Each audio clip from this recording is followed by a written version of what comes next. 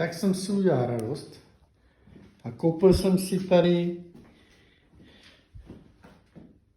taštičku na nádrž, na podkovičku. Drahá byla jak čert, kurní šopa, ale výhoda toho je šikovná, že na to, když pojedu sám, což tady na té motorce budu jezdit sám, tak tady mám na doklady, na klíčky, na mobil, na veškeré ty drobnosti. To je úplně ideální. A potom taky je perfektní na tom tomátovi svoji pláštěnku. A co je taky dobrý, že jedním tahem to takhle jako chytnu, počkej, to můžu natočit, vycvaknu a jdu do řití.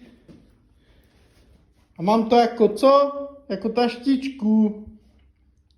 No a tady mám tu podkovičku. A to je celý, kamarádi.